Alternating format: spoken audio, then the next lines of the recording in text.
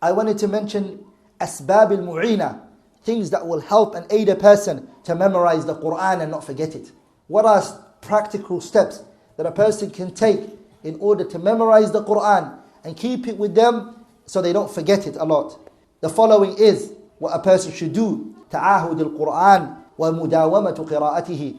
That a person's consistency in reading the Qur'an and going over it a lot. If a person does muraja'a, revision of the Qur'an, and keeps going over it a lot, the person will learn the Qur'an. The Prophet ﷺ, he told us in the Hadith, like the person who's holding onto the Qur'an and has memorized the Qur'an, that it's like a camel that is tied.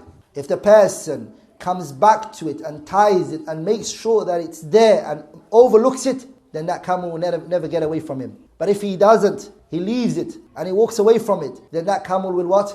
Ya ikhwa, if you hunted a deer today and you got the deer, what would you do? You would tie it strong, right? You'd have to tie it strong, and you would always have to overlook it. If it's there, has it left? Has it moved? Has it the rope tightened? Is it still? You overlook it just so it doesn't leave. The Qur'an is like that. The person has to keep looking over it, making sure that it doesn't what? It doesn't get away from him.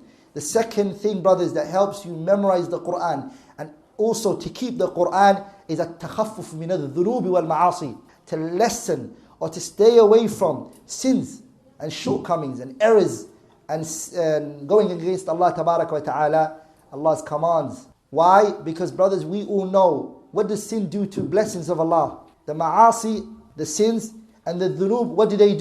Tuzilu ni'am. They remove blessings, don't they? And isn't the Qur'an a blessing? Isn't the Qur'an not a blessing? The Qur'an is a blessing. The sins, it destroys blessings. That's what Allah said in the Qur'an, وَمَا أَصَابَكُمْ مِن مُصِيبَةٍ فَبِمَا كَسَبَتْ أَيْدِيكُمْ وَيَعْفُ عَنْ كَثِيرٍ. That there is not a calamity that befalls you. The only reason why this calamity fell onto you, and it's the way it is because of that which your hands have put forward. So calamities, trials and tribulations fall on you, adab, because of what? Because of sins. So if a person is not given the Qur'an, what is it? It's a punishment. The best of speeches are not being given to you. The reason is because there are obstacles and things that are standing in the way. Also, the other thing that helps is التخفف من الهموم والأحزان والتعوذ منها. Staying away from being a person who's excessively stressed. A person who is what? Depressed. Lesson on that. How can a person lesson on that? The things that make a person stressed is when they connect their heart other than Allah subhanahu wa ta'ala. Placing things like the dunya in your way. What are you doing? Placing in your sight the dunya and giving so much importance to it, it starts to stress you out. And when a student of knowledge or a person who's learning the Qur'an places other things in his way, stresses increase. And when the stresses increases and the responsibility increases, what happens? You're unable to memorize. That's what Allah tells us in the Qur'an, مَا جَعَلَ اللَّهُ لِرَجُلٍ مِّن قَلْبَيْنِ فِي جَوْفِهِ. Allah has not placed in the person two hearts. You can't have one leg in the dunya and another leg you have to memorize the Qur'an. How would you memorize? When you give your whole heart to this thing. So lessen on every other obstacles on the way. Get rid of it. The other thing is increasing in what? Asking or expressing to Allah and showing Him that you are grateful for what He's done for you. Shukr. Coming with shukr, gratitude. Gratitude allows you to gain more than what you have.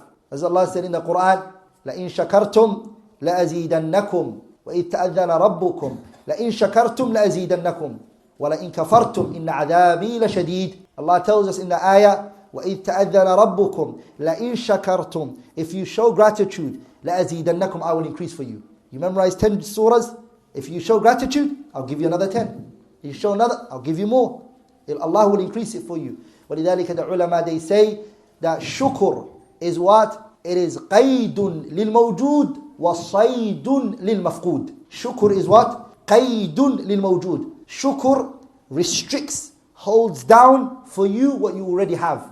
Qaid. Do you know what a qaid is? Qaid is what you tie a camel and a horse or whatever with. You knot it down with that. Sah? It's what you hold it down with. Shukr is what holds down the blessing that you already have. It will hold it down for you. It will make it not escape from you. وَصَيْدٌ لِلْمَفْقُودِ.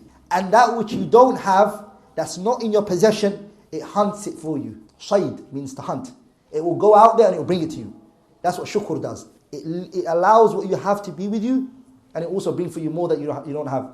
And all of that is found in the ayah that Allah says, وَإِذْ تَأَذَّنَ رَبُّكُمْ لَإِنْ شَكَرْتُمْ لَأَزِيدَنَّكُمْ وَلَإِنْ كَفَرْتُمْ إِنَّ عَذَابِي لَشَدِيدٌ. Also, what helps the person memorize the Qur'an is making dua to Allah subhanahu wa ta'ala and asking Him to increase you in knowledge.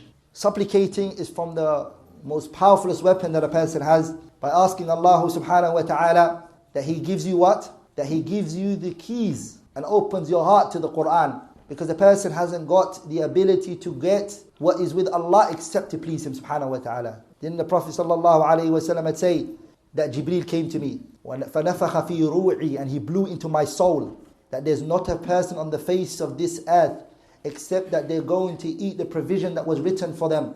Then the Prophet ﷺ said, فَأَجْمِلُوا فِي الطَّلَبِ, then perfect how you try to look for your rizq, since it's written for you. Then perfect the way that you try to look for your rizq. And then look what the Prophet said, فَإِنَّهُ لَا يُنَالُ مَا عِنْدَ اللَّهِ, because you will not attain that which is with Allah except in a way that pleases Him. So what is it that's with Allah? The Qur'an. You won't attain what's with Him except in a way that pleases Him, by begging Him. And Allah loves subhanahu wa ta'ala when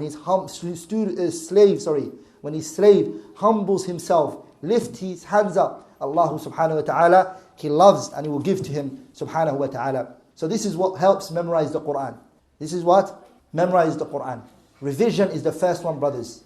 Al-Imam al-Bukhari, Muhammad ibn Ismail ibn Ibrahim al-Bukhari rahimahullah was once asked, and one of his students came up to him and he asked him, he said to Bukhari, do you know anything, any medication that if I take, it will help with my memory? Bukhari was the right person to ask this question to, right? بِحِفْظِهِ, his memorization, it was an ayah, it was a miracle in the hifz. So he said, no, I don't know a medication or something a person can take that if they eat, their memory would be good. I don't know, he said. There's no particular fruit or food that should be eaten that will bring your memory. But he said, I do know what can help the person's memory. And he said that it's two things. Nahmatul rajul, nihmatul rajul, a person's drive and will. The fact that the person wants this so badly and he's put in every effort that he has. And the second one is, brothers, what? And the second one is وَمُدَاوَمَةُ النَّظَرِ, when the person excessively looks at this thing so much. Muraja'a, revision. There's not a person who's memorized so much except that he's beating you on revision. He's beating you with what? With revision. So the person should do that when it comes to the Qur'an. And as you can see, the Qur'an was made for the hearts. Where was it made for? The place that the Qur'an is meant to be in is the heart. When the Qur'an came down, whose heart did it come down on? It started off on the heart of the Prophet. Okay, brothers? And the Sahabas, where did they memorize it from?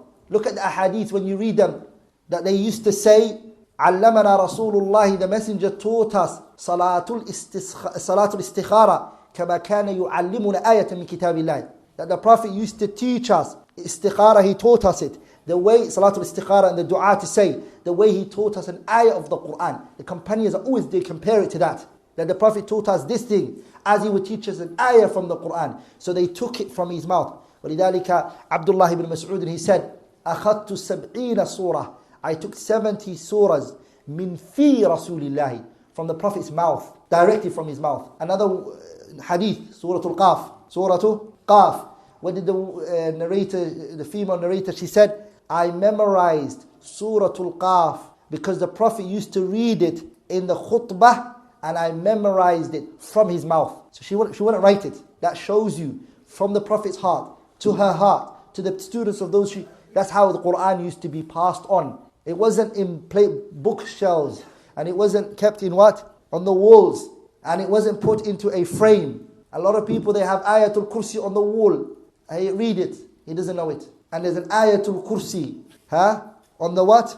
On the wall, but he doesn't know it. So the Qur'an was made for the heart. بل هو آيات بينات في صدور الذين أوتوا العلم. Look what Allah says. بل هو آيات بينات في صدور الذين أوتوا العلم. In another ayah, what did he say? وإنه لتنزيل رب العالمين نزل به الروح الأمين على قلبك لتكون من المنذرين بلسان عربي مبين. So the Qur'an this is the relationship between the Qur'an and what?